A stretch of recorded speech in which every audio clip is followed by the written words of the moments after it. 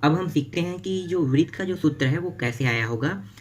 अगर आप वृत्त के सूत्र को बनाना सीख जाओगे तो आप जितने भी वृत्त से प्रश्न आएंगे वो सभी के सभी आप बनाना सीख जाओगे आसानी से, बहुत आसानी से आप बना सकते हो। तो यहाँ पे देखो, यहाँ पे जो गोल आकृति दिखाई दे रहा है ये है वृत्त, इसे हम क्या कहते हैं, वृत्त कहते हैं। और बीच में देखो एक बिंदु दिखाई दे रहा है यहाँ पे, इसे क्या कहते हैं, केंद्र बिंदु। अगर मैं इस केंद्र बिंदु से यहाँ पे सीधी एक रेखा खींचूं, ठीक है, इस तरह से अगर मैं मान लो सीधी रेखा खींचता हूँ तो इसको हम क्या कहते हैं, इसको हम कहते हैं त्रिज्या। ठीक है, यहाँ से यहाँ तक की जो रेखा होता है उसे हम क्या कहते हैं, त्रिज्या। अगर इसी त्रिज्या को अगर मैं और आगे बढ़ा दूं तो मतलब यहाँ पे देखो इस केंद्र से एक और त्रिज्या खींचता हूँ, ठीक है, ये एक और त्रिज्या खींचा, ये सीधा रेखा है ना, देखो दोनों जुड़ा हुआ है एक सीधी रेखा में, तो ये भी एक आर हुआ और ये भी एक आर हुआ, और दोनों त्रिज्याओं के मिलन से क्या बनता है, व्यास बनता है। मतलब यहाँ से यहाँ की अगर दूरी देखें तो क्या है, दोनों दो त्रिज्या हैं तो दो त्रिज्या मिलकर एक व्यास का निर्माण करते हैं, तो ये एक व्यास है, यहाँ से यहाँ तक क्या आ रहा है, मतलब एक व्यास है। और यहाँ से केंद्र से अगर देखिए यहाँ तक के तो क्या होता है, त्रिज्या। तो दो त्रिज्या के मिलन से क्या बनता है, व्यास बनता है। तो यहाँ पे लिखो 2r, 2r मतलब दो त्रिज्या। ठीक है, तो व्यास कितने से बनता है, एक व्यास होता है, एक व्यास, और व्यास में, एक व्यास में कितने त्रिज्याएं होते हैं, दो त्रिज्याएं होते हैं। जो आपको ये गोल आकृति दिखाई दे रही है, ठीक है, इतने से इतने की, ये क्या है, पाई होता है। ठीक है, पाई, इसको हम किससे दर्शाते हैं, पाई। पाई का मान कितना होता है, पाई का मान होता है 180 अंश। 180 अंश, इसका मतलब क्या है कि देखो ये एक चांदा है, यहाँ से यहाँ आधा दिखाई दे रहा है, आधा जो दिखाई दे रहा है ये एक चांदा है। इस चांदे में देखो अगर मैं इसको एक और चांदा लगा दूं नीचे की साइड पलट के तो गोल आकृति बन जाएगा। तो टोटल अगर इन दोनों चांदे को देखें तो दोनों को मिलाएंगे तो दोनों में कितने कितने अंश का मान होता है, 180 180। ठीक है, तो दोनों का मान अगर मिलाते हैं तो कितना होगा, 360 अंश दोनों का। तो अभी हम सिर्फ एक को देखते हैं, ये एक चांदा है, इस चांदे में पाई का मान 180 अंश होता है, मतलब ये पाई है, यहाँ से यहाँ तक के पाई है।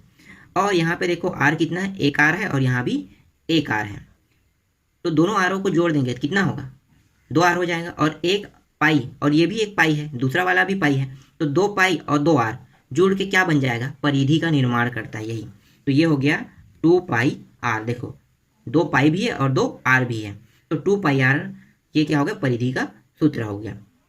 अब परिधि का क्षेत्रफल देख लेते हैं, तो परिधि का क्षेत्रफल क्या होता है, तो देखो ये क्या है, पाई है। ठीक है, इतने में देख लेंगे, पाई है, और ये जो आर है और ये आर है, दोनों आर को गुणा के रूप में ले लेंगे इस बार, तो ये पाई और आर को अगर गुणा के रूप में लेंगे तो क्या हो जाएगा, आर का वर्ग हो जाएगा, आर गुणित आर, तो कितना होगा, आर का वर्ग। तो ये है वृत्त का क्षेत्रफल। ठीक, इसको समझ में आया आप लोगों को कैसे बनता है, कैसे निकालते हैं इसको। तो देखो चित्र को देखकर मैं ये पूरा निकाल रहा हूँ।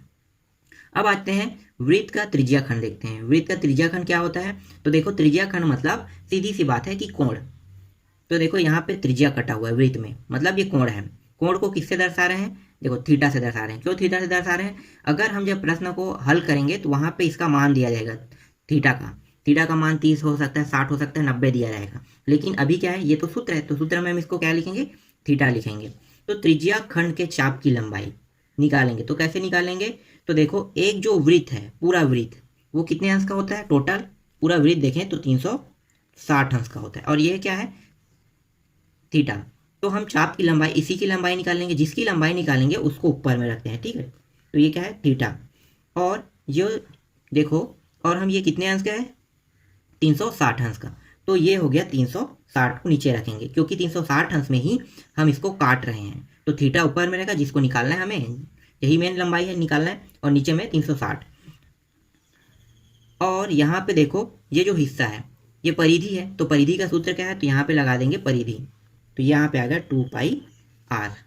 ठीक, समझ में आ रहा है, ये हो जाएगा 2 पाई आर। अब त्रिज्याखंड का क्षेत्रफल देख लेते हैं। तो त्रिज्याखंड के क्षेत्रफल कैसे निकालेंगे, तो सेम जैसे अभी जो ये हमने सूत्र लगाया वही लगाएंगे इसमें भी, थीटा बटे 360, क्योंकि इसी हिस्से को निकाल रहे हैं ना, तो थीटा बटे 360 हो जाएगा, गुणित इसमें पाई आर स्क्वायर लग जाएगा। देखो क्षेत्रफल है इसलिए ये वाला सूत्र यहाँ पे पीछे में लग गया। तो इस तरह से त्रिज्याखंड का सूत्र बना है। इसके बाद आपके चित्र में एक बताया गया है कि वृत्ताकार वलय, ये क्या होता है इसको भी देख लेते हैं। वृत्ताकार वलय, वृत्ताकार वलय कैसे बना होगा? तो वृत्ताकार जो वलय है, देखो यहाँ पे एक वृत्त है, इसके अगर अंदर में या फिर बाहर में एक और वृत्त खींच दूँ, ठीक है, जैसे यहाँ से एक और वृत्त आ गया, 2 वृत्त हो गया, तो 2 वृत्त हो जाता है, तो वहाँ पे लगता है वृत्ताकार वलय का सूत्र। तो वृत्ताकार वलय का क्षेत्रफल कैसे निकालेंगे? तो आपको पता है कि क्षेत्रफल का सूत्र क्या है?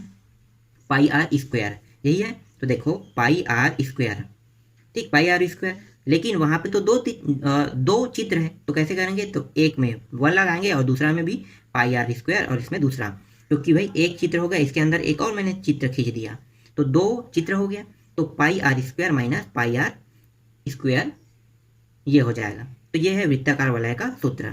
ठीक है, आप समझ गए। जैसे अभी मैंने बताया वैसे ही आप प्रश्नों को भी, जैसे आपको कुछ निकालने के लिए कहा जाएगा, तो आप जैसे जैसे मैंने सूत्र को समझाया वैसे इसी तरह से आप उन प्रश्नों में मान रखोगे, उसके बाद आपके प्रश्न जो है आसानी से हल हो जाएगा।